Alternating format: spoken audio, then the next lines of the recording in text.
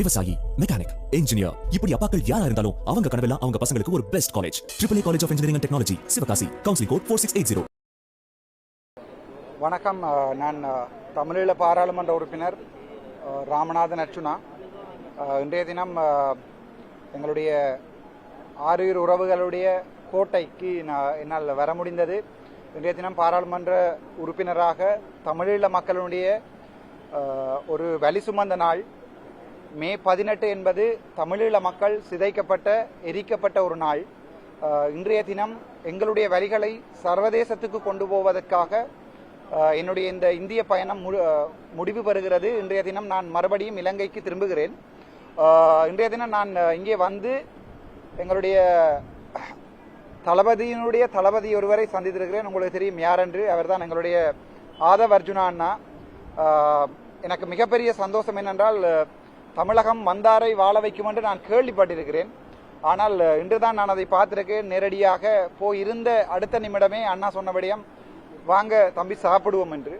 அந்த அளவுக்கு ஒரு இலங்கை பாராளுமன்ற உறுப்பினரை தன்னுடைய சொந்த அறையிலே கூட்டி ஒன்று போய் நானும் கௌசல்யா நரேந்திரன் அவர்கள், என்னுடைய சட்டத்தரணி ஆதவ் அர்ஜுனா அவர்களுடைய இந்த இன்முகமான வரவேற்பு, தம்பி நீ எந்த டைம் வேணுமென்றாலும் கோல் பண்றாசா என்கின்ற சொல்கிற அந்த இது ஒரு அரசியல்வாதியாக நான் பார்க்கல.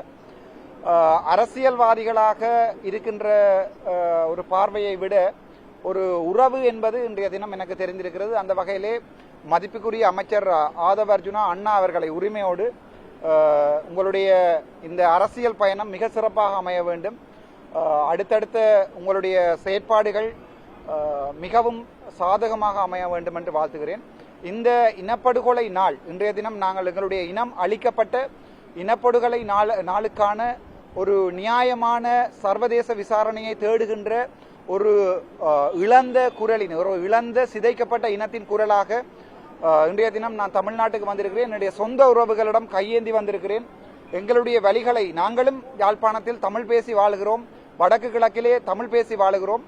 எங்களையும் நீங்கள் உங்களுடைய உறவுகளாக நினைத்தால், எங்கள் வழிகள் விளங்கினால், எங்களுடைய தந்தை தாய் எங்களுடைய சகோதரர்கள் சிதைக்கப்பட்ட இந்த இனப்படுகொலையை நீங்கள் சர்வதேசத்திற்கு எங்களுடைய நியாயத்தை வேண்டி தருவீர்களாக இருந்தால், உங்களிடம் நான் கேட்க முடிந்தது, இந்த தமிழ்நாட்டு அமைச்சிடம், தமிழ்நாட்டு அரசிடம் உங்களால் முடிந்த ஆதரவை கொடுக்க சொல்லி நாங்கள் கேட்கிறோம். எனக்கு நம்பிக்கை இருக்கிறது, முதல்வர் என்னுடைய அண்ணாண்டு சொன்னால் அதுக்கு ஒரு படி மேல விஜய் அண்ணா அவர்கள், நான் நினைக்கிறேன் எங்களை போன்ற ஒரு குரல் இழந்த சமூகத்தின் ஒரு வழிகளை புரிந்து கொள்வார் என்ற நம்பிக்கை இருக்கிறது. ஆகவே இந்த ஊடக சந்திப்பின் மூலம் என்னுடைய இந்த பயணத்தை முடித்துக்கொண்டு நாளை இலங்கை பாராளுமன்றம் ஆரம்பிப்பதால் இது ஒரு மிகச்சிறிய திட்டமிடப்படாத ஒரு பயணம்.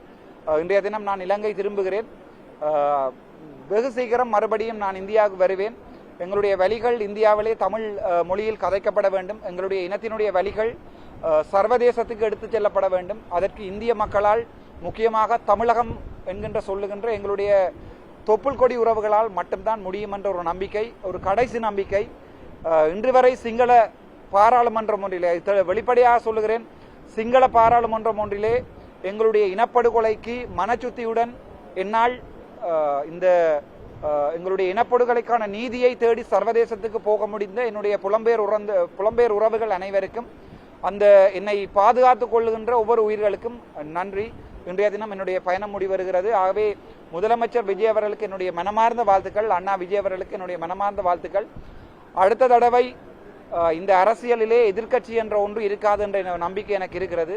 காலம்தான் அதுக்கு பதில் சொல்லும். இந்த தடவை நான் முதலமைச்சர் விஜய் அண்ணா அவர்களை சந்திப்பேன் என்ற நம்பிக்கை எனக்கு இருக்கவில்லை, அந்த எதிர்பார்ப்பும் இல்லை. நாங்கள் ஒரு சின்ன புள்ளி. தமிழகம் என்பது ஒரு மிகப்பெரிய ஒரு பரந்துபட்ட தேசம்.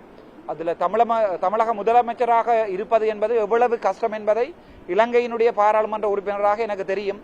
இந்த இவ்வளவு வேலை அழுத்தங்களிலும் எங்களை கூப்பிட்டு உபசரித்து எங்களை எங்களோட ஒன்றாக உணவருந்திய ஆதவ் அர்ஜுனா அவர்களுக்கு, அண்ணா அவர்களுக்கு, முக்கியமாக அமைச்சர் ஆதவ் அர்ஜுனா அவர்களுக்கு ஒரு விடயத்தை சொல்ல வேணும். எனக்கும் ஆதவ் அர்ஜுனா அண்ணாவுக்கும் பல விடயங்கள் ஒத்து போகிறது. முதலாவது, அவரும் ஒரு பாஸ்கெட் பால் பிளேயர். நானும் எங்களுடைய இலங்கையிலே நேஷனல் டீம் விளையாடிய, நேஷனல் டீமுக்கு யாழ்ப்பாணத்திலே போன டிஸ்ட்ரிக்ட் டீம் ஒரு பாஸ்கெட் பால் பிளேயர். அவரை பார்க்கின்ற போது ஒரு வீரனுக்குரிய பண்பும் அந்த ஒரு விளையாட்டு வீரனுக்குரிய தலைமைத்துவமும் என்னால் பார்க்க முடிந்தது. தமிழக முதலமைச்சருக்கும் தமிழக மக்களுக்கும் தமிழக அமைச்சர்களுக்கும் என்னுடைய மனமார்ந்த நன்றிகளும் வாழ்த்துக்களும். விவசாயி, மெக்கானிக், இன்ஜினியர், இப்படி அப்பாக்கள் யாரா இருந்தாலும் அவங்க கனவெல்லாம் அவங்க பசங்களுக்கு ஒரு best college. AAA college of engineering and technology, Sivakasi. Counselling code 4680.